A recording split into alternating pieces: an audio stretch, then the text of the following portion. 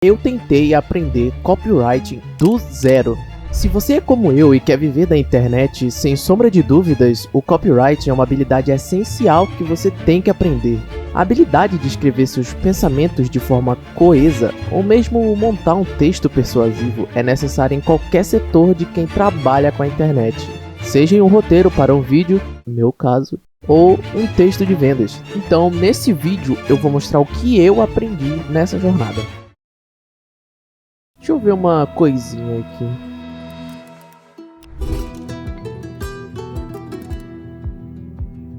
Eu vou tentar passar os próximos 7 dias preso em uma solitária. Podem fechar? Tchau, Jimmy. Espero não enlouquecer aqui. A gente tá à deriva numa jangada no meio do mar. E lá se vai o nosso barco. Vamos ficar à deriva por 7 dias. Faltam quantos dias? 7 dias. Droga! Acabamos de pousar na Antártica e vamos passar 50 horas aqui. A gente tá literalmente na ponta do globo, no lugar mais frio da Terra. Estranho? Percebeu também? Parece que todo começo de vídeo ele faz um resumão do que vai acontecer. Por que será, né? Esse processo faz parte de um tipo de escrita muito popular. Então já se inscreve e deixa o seu like que até o final do vídeo você vai entender o porquê ele faz isso.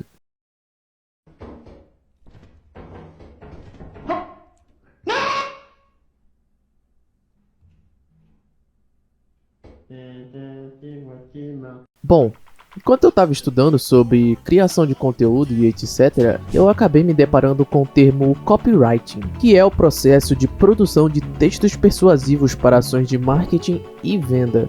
Além de existir uma profissão voltada exclusivamente para isso, o copywriting em si é a habilidade da escrita persuasiva, onde você pode usar desde um roteiro para um vídeo, como até em um filme, por exemplo.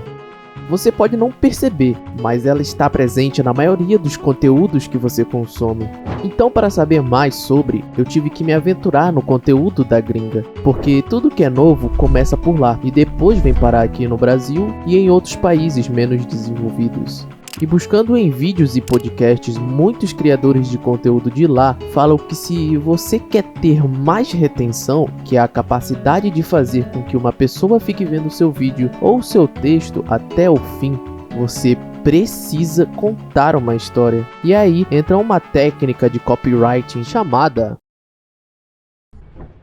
Caralho, fudeu pra achar o botão agora, né? Legal.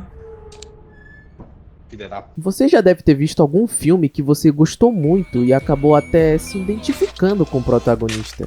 Eu sou pobre. Isso ocorre por um motivo. O storytelling é a melhor maneira de produzir qualquer tipo de conteúdo. Mas por que ele funciona tão bem? Se eu tivesse que falar baseado no que eu sei atualmente, seria por vários fatores. Um deles é que o ser humano é um bicho que sempre gostou de histórias. Desde a época das cavernas, que nos juntávamos em volta da fogueira e contávamos histórias uns com os outros, até hoje em dia com filmes, livros e etc. Graças a isso, somos inclinados a processar e reter informações apresentadas de forma narrativa. Quando eu descobri isso, um novo horizonte se abriu para mim. Porém, me veio algumas dúvidas juntos, como, por exemplo, como que eu vou transformar o meu vídeo em uma história? Aí, pesquisando mais a fundo, eu me deparei com...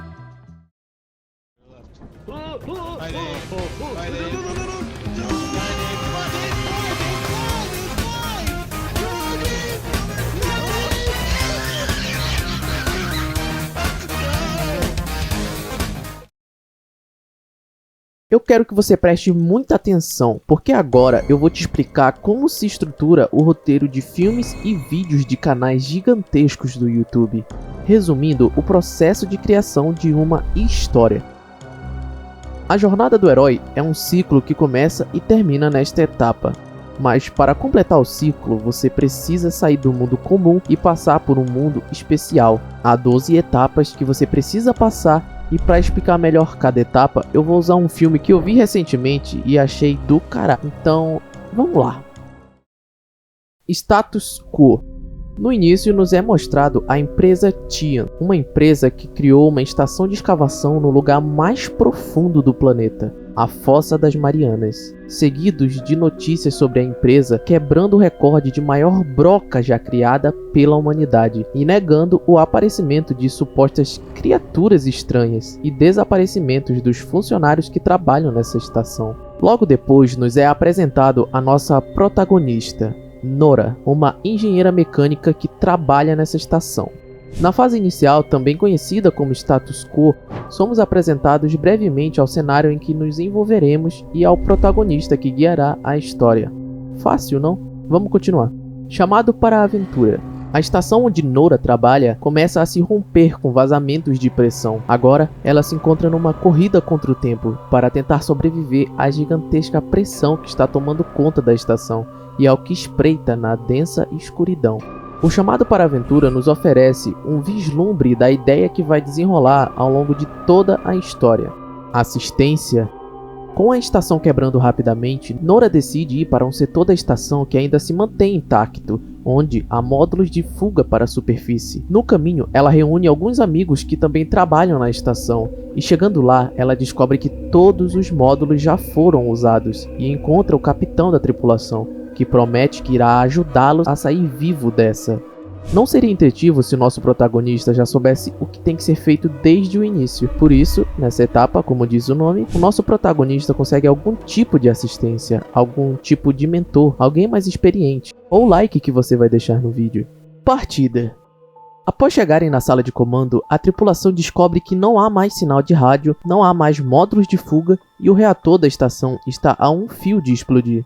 Devido a tudo isso, o capitão bola um plano que envolve andar, sim, andar até uma outra estação vizinha que fica mais fundo e mais longe de onde eles estão, onde lá ainda pode ter módulos de fuga. Eu já falei que eles estão na Fossa das Marianas? Aqui a jornada começa, aqui eles saem do mundo comum e adentram no mundo especial, aqui eles partem. Provação. Logo de início, eles sofrem um choque de realidade, que os faz lembrar da situação em que eles se encontram. Antes de entrarem na água, um dos tripulantes, vendo que em um dos capacetes havia uma rachadura, decide usar o danificado e dar-o em bom estado para a protagonista. E quanto mais a cabine de pressurização vai se aproximando da pressão do local, o que vocês acham que acontece com ele? Aqui é onde surgem as primeiras barreiras que impedem o protagonista de atingir o objetivo da aventura, onde é aplicado um pouco de sal e ação na história, ou no caso de filmes como este, suspense e terror. Aproximação. Agora é onde é mostrado um spoiler da maior ameaça que está esperando o protagonista na história. No elevador que leva até o solo, eles recebem um sinal de socorro e escolhem 2 tripulantes para irem investigar. Chegando na localização, eles encontram uma espécie de corpo desconhecido e isso. Crise.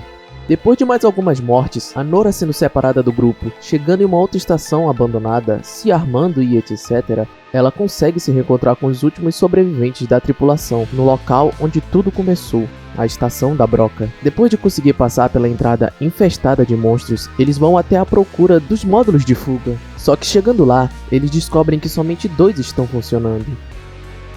Fora isso que está lá fora. Em um ato de altruísmo, a Nora força o casal a irem nos 2 módulos restantes. Porém, durante a subida, os lacaios do Cthulhu perseguem os módulos e viram uma questão de tempo até alcançarem o casal. Aqui entra a parte mais sombria da história, quando o protagonista pensa que venceu ou fez de tudo para vencer e acaba sendo derrotado pela gigantesca força do mal, ficando sem nenhuma outra saída, até ele encontrar o tesouro. A Nora lembra que o reator está instável devido à quebra do sistema de refrigeração. O tesouro pode ser qualquer coisa que dá ao protagonista uma segunda chance. Pode ser uma motivação, uma arma, tanto faz. Com o tesouro, o protagonista consegue vencer a crise e alcançar o objetivo da aventura, que não se pode aplicar 100% a Nora nesse filme, mas né. Sem saída, ela se sacrifica, sobrecarregando o reator e explodindo ele, para evitar que o Cthulhu vá para a superfície e que o casal nos módulos não morra para os lacaios.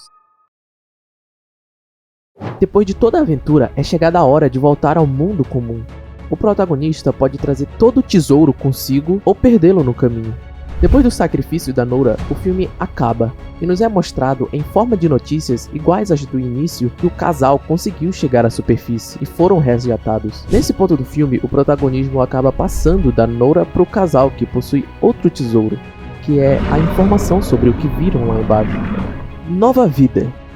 Nessa etapa é onde uma nova vida é dada ao protagonista. Ele pode passar do fraco pro forte, do gordo pro magro, enfim. No filme não é contado, mas eu chuto que o casal dificilmente vai voltar a trabalhar para essa empresa, a não ser que eles sejam realmente obrigados. Já a empresa Tian, a responsável pelas escavações, começa o processo de limpeza e reconstrução de tudo, como é mostrado nas notícias. Aprendizado. A empresa Tian, depois de resgatar os sobreviventes, além de entrevistá-los, proibiu o acesso a essas pessoas para entrevistas de fora, ficando com todo o conhecimento apenas para si, provavelmente utilizando de base para a reconstrução das estações e da broca. Status quo. A empresa Tian volta às mesmas atividades de antes, possivelmente aprimorando a segurança da estação ou a qualidade da nova broca, a fim agora não só de conseguir muitos recursos, como também estudar a origem do Cthulhu. E óbvio, mantendo em sigilo o acidente da broca anterior. Viu só? É só você focar um pouco que você consegue ver esse ciclo em 90% dos filmes que você decidir ver. Você sabendo disso agora, podemos voltar para as introduções do MrBeast, porque ele sempre faz esses resumos nas introduções dos vídeos. Essa é uma técnica chamada de gancho, que os youtubers fazem para prender a sua atenção nos primeiros 3 a 30 segundos de vídeo, fazendo assim com que você esteja mais propenso a assistir o vídeo até o final. E se você está assistindo até aqui, quer dizer que a minha deu certo. Resumindo a ópera, além da jornada do herói e a técnica do gancho, o copyright em si tem várias outras técnicas que são mais usadas em áreas voltadas para vendas. Como o foco desse vídeo está voltado para o uso no meu vídeo, eu não acho que vale a pena citar, porém, caso você ainda esteja curioso, ou pretenda usar essas técnicas para vender algum produto que você tenha, eu vou deixar aí na tela o nome de algumas outras técnicas que eu descobri ao longo do caminho. Toda essa aventura que eu acabei de contar se passou durante 2 semanas estudando a fundo sobre o assunto. Graças ao que eu aprendi, eu creio que eu vou conseguir melhorar o roteiro dos vídeos a partir de agora. Mas enfim, se eu te ajudei de alguma forma, deixa o like aí e se inscreve para poder ajudar o vídeo a chegar em mais pessoas. Tamo junto e até a próxima.